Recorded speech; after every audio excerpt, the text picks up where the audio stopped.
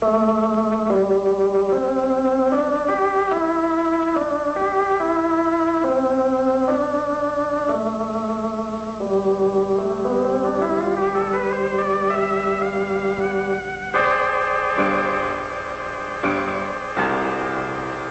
Road of Life, written by Charles Gussman, and brought to you by today's Drene Shampoo.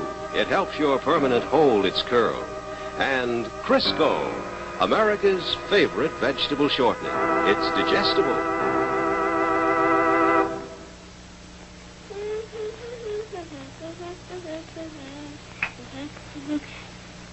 Water. How much water?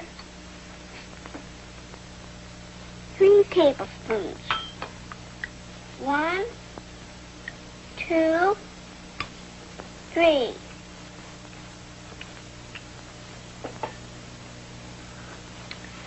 Oh, well, I'll just do it again.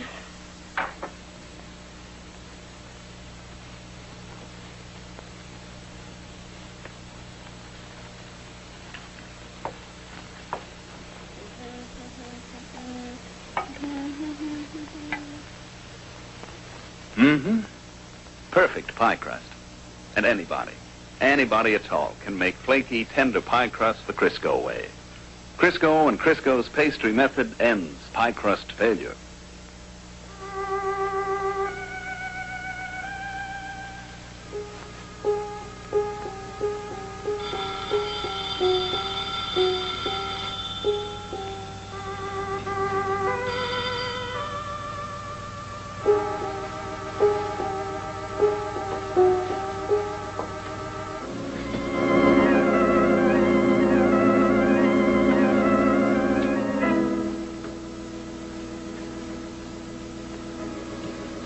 I'll take care of this, Mother.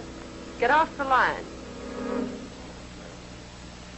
The matter will be taken care of, Mr. Maitland. And may I suggest that in the future, you let me know about these matters by letter as you've always done in the past? Yes, it has happened frequently in these last few months, only because I'm confined to a wheelchair and I have more on my mind than keeping my bank balance straight. It will be taken care of, I told you. Since when has all this fuss become necessary when my account is short? My father will have a few words to say to your superior about this, I'm sure. Very well. When it is convenient to me. Your account is overdrawn? Used to be they wouldn't dare hound us for funds when one of the accounts was overdrawn.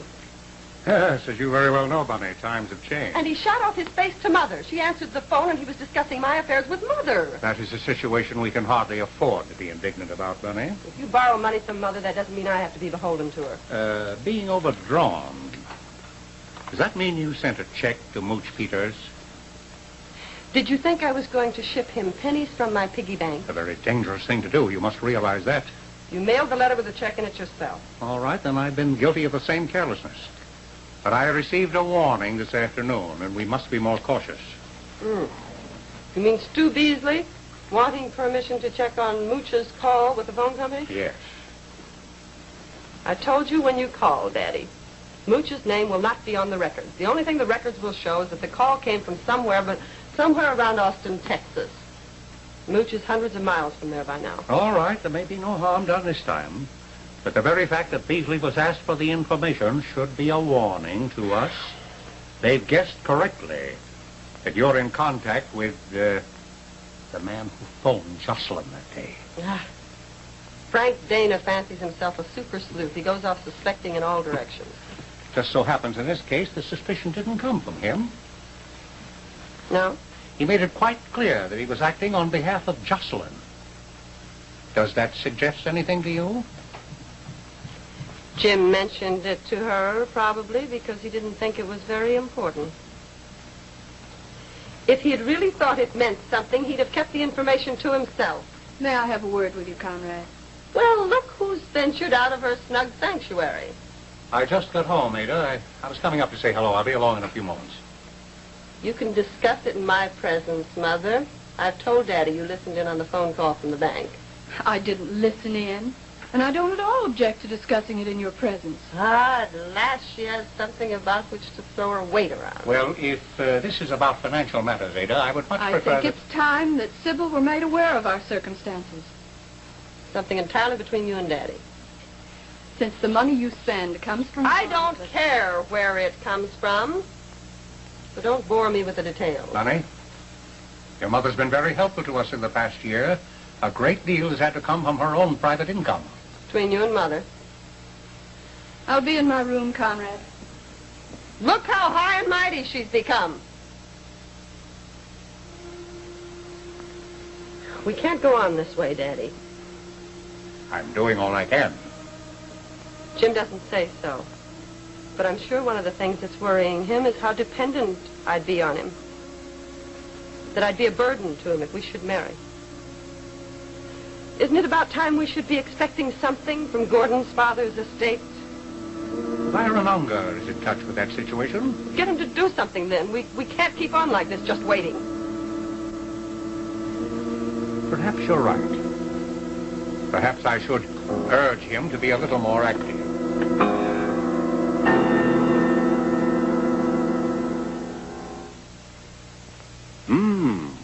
The view from here is delicious. And you know, you can make pies like these. Yes, ma'am, pies with perfect crust. Just use Crisco. You see, pure all-vegetable Crisco ends pie crust failure. Follow this easy pastry method, and your problems are over. Now take the water problem. Are you never sure how much to add? No guesswork with Crisco. It's specially made to mix with water, and we can tell you exactly how much to use. 3 tablespoons. And suppose the dough doesn't roll out right the first time. Pick it up, roll it out again. 2 or 3 times if you need to. You'll still get perfect pie crust every time. Tender, flaky, digestible. Because the one and only Crisco ends pie crust failure. Been meaning to call you, Conrad. Had a letter from them just yesterday. Or was it the day before? No, yesterday it was. There was nothing new in the letter, though, I gather? As a matter of fact, Conrad, sounded like developments are expected, the letter did. Yes? Of what sort? Well, why don't you stop in here tomorrow? I'll show the letter to you. There's plenty of time left today, Byron. I'm going to be very close to your office in just a few minutes. Come right along then, Conrad. Be waiting for you. Well, I'll see you in a few minutes. Well, something has been done. He's received a letter. I wish you'd retain an attorney who gets things done. He is acting in exactly the proper manner.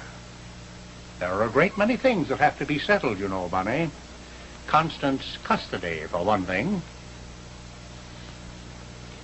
Yes, I'm ready for that now. Ready for that? I see a place for Connie in my life now. Before I didn't, Daddy. Now I do. It doesn't depend just on your wishes, Bunny.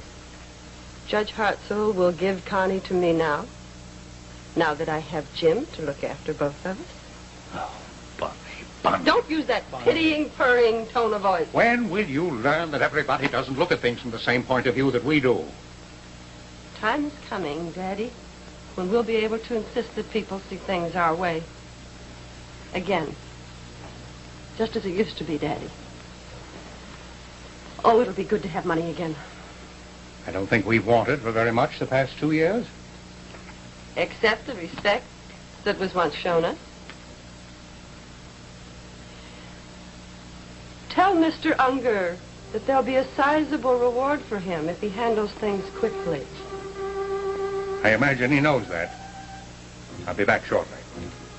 We'll be gracious and democratic, but we won't let them forget who we are. I said I'd be back shortly. I must be careful, though, not to let Jim think he's beneath me. Doesn't come right out and say so, the letter. But you kind of get a notion that they done some thinking up there in New York about the infant's claim, I mean.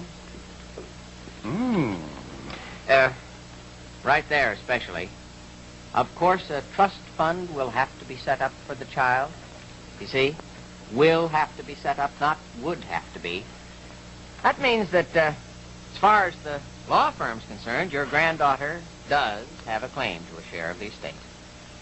So it would seem.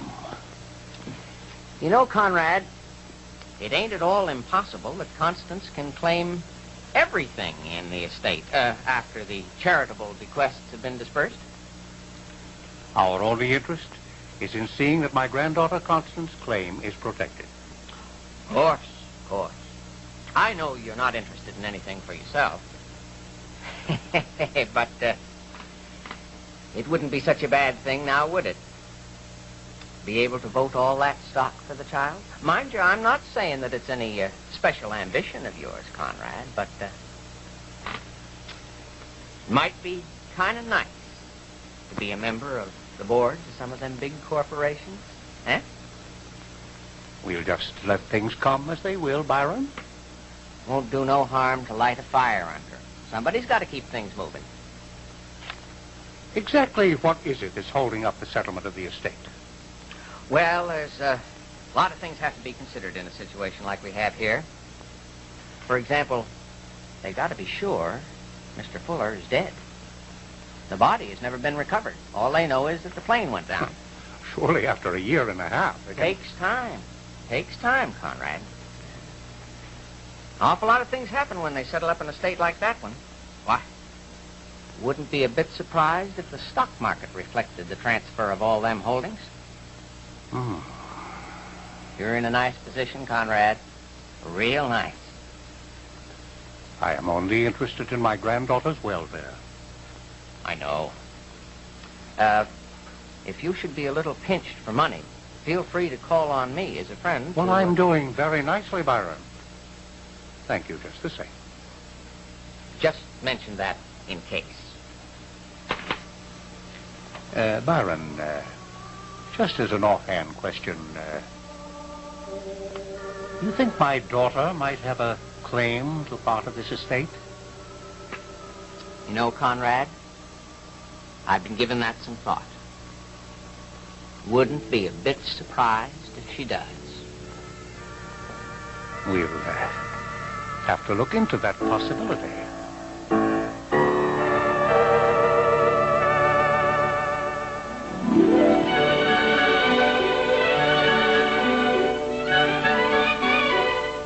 I am Michael of the Waldorf.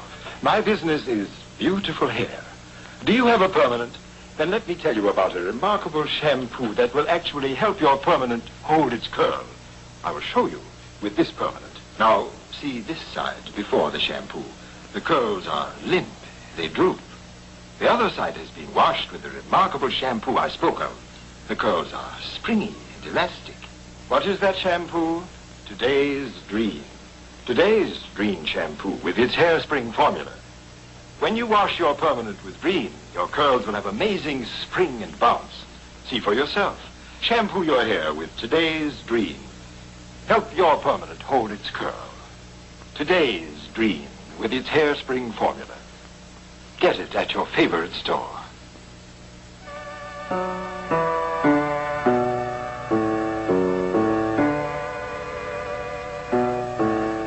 The Road of Life has been brought to you by Today's Dream Shampoo. It helps your permanent hold its curl. And Crisco, America's favorite vegetable shortening. It's digestible.